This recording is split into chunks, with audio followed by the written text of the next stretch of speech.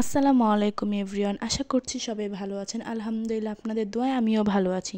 তো নতুন আরেকটি ভ্লগ নিয়ে আপনাদের মাঝে চলে এসেছি। এখন সকাল, ঘুম থেকে আমি সকাল সকাল উঠে পড়েছি। আমার বিছানাটা অগোছালো দেখছেন, আমি এখন বিছানাটা গুছিয়ে নেব। তো আমার বিছানা গুছানো শেষ, আমি এখন রান্নাঘরে চলে যাব। আজকে বেশি কিছু রান্না করব না, সকালের নাস্তায় থাকছে ভাত ভাজা। আগের দিন রাত্রে ভাত রয়ে গিয়েছিল অনেকগুলো, তো এগুলোই সকালে ভেজে আমরা খাবো।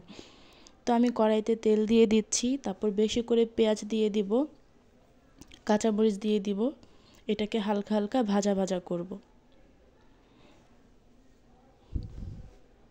হালকা হালকা ভাজা ভাজা হয়ে গেলে এটার মধ্যে একটু হলুদের গুঁড়া, একটু মরিচের গুঁড়া দিয়ে একটু হালকা অল্প একটু পানি দিয়ে আমি এটা কষিয়ে নিব। তারপর যখন তেলটা বের হয়ে যাবে তখন আমি ভাতটা দিয়ে দিব। আমি আর এটার রেসিপি দিলাম না, কারণ এটা সবাই জানে, ছোট বড় সবাই এই রেসিপিটা জানে। ভাত ভাজার রেসিপি সবাই জানে, এই জন্য আমি আর দিলাম না। এখন আমার ভাত ভাজা হয়ে গেছে, আমি এটা বেড়ে নিচ্ছি আমাদের 3 জনের জন্য।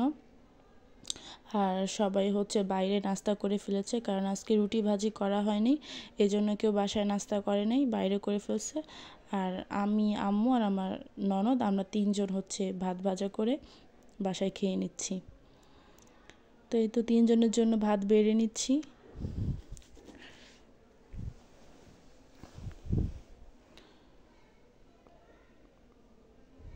এই তো 3 জনের জন্য আমাদের ভাত ভাজা রেডি।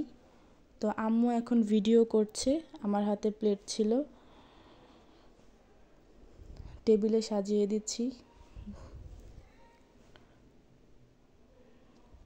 তাড়াতাড়ি খেয়ে আবার কাজে নামতে হবে, দুপুরের জন্য রান্না করতে হবে।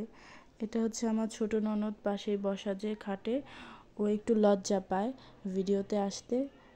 তো ও বলতেছিল নাকি মজা হয়েছে অনেক, কারণ আমি এটার মধ্যে একটু বিরিয়ানির মশলা অ্যাড করেছিলাম, যার কারণে বিরিয়ানির স্মেল ছিল, খেতে খুব টেস্টি লাগছিল।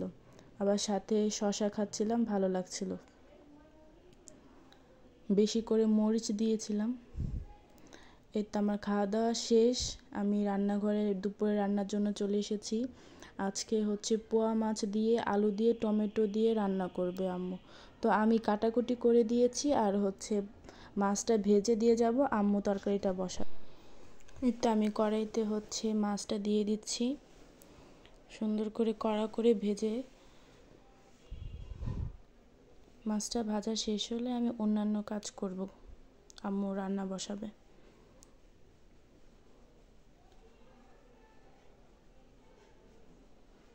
এই তো আমি মাছ ভেজে দিয়ে আসছি আম্মুকে, আম্মু রান্না করতেছে। এই ফাঁকে আমি আমাদের রুমগুলো গুছিয়ে নিচ্ছি, একটু পরিষ্কার করে নিচ্ছি। তো আমাদের বাসাটা রাস্তার পাশে, যার কারণে প্রচুর ধুলাবালি আসে। তো প্রতিনিয়ত আমাদের এগুলা পরিষ্কার করতে হয়, হালকার উপরে মোছামুছি করে নিতে হয় প্রতিদিন। তো আমি ডাইনিং টেবিল মুছে নিচ্ছি। তো আমি এখন একটু আমাদের শোকেসটা মুছে নেব। প্রচুর ধুলাবালি আসে, প্রচুর, যে বলার বাহিরে।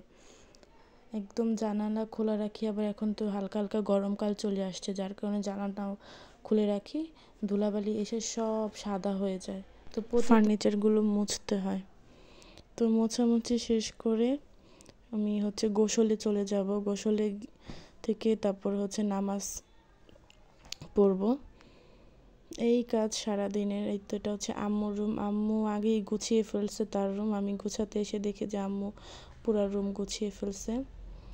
এটা আমার শ্বশুর আর শাশুড়ির রুম, ওনারা থাকে।